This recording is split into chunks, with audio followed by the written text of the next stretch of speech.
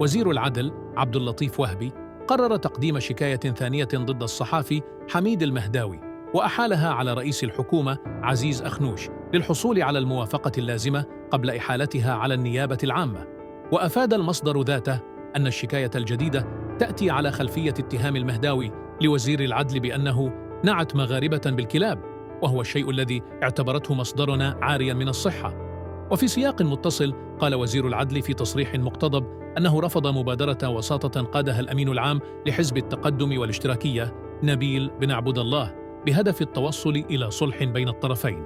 وكانت المحكمة الابتدائية بمدينة الرباط أدانت شهر نوفمبر الماضي مدير نشر موقع بديل حميد المهداوي ب1.5 سنة حبساً نافذاً وتعويضاً مدنياً لفائدة وزير العدل عبد اللطيف وهبي قدره 150 مليون سنتين.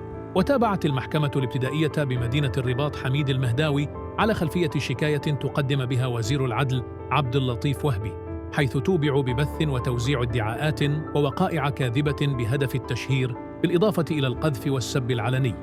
وكان دفاع وزير العدل عبد اللطيف وهبي قد طالب بالحكم على المهداوي بأقصى العقوبات وتعويض يصل إلى 10 ملايين درهم.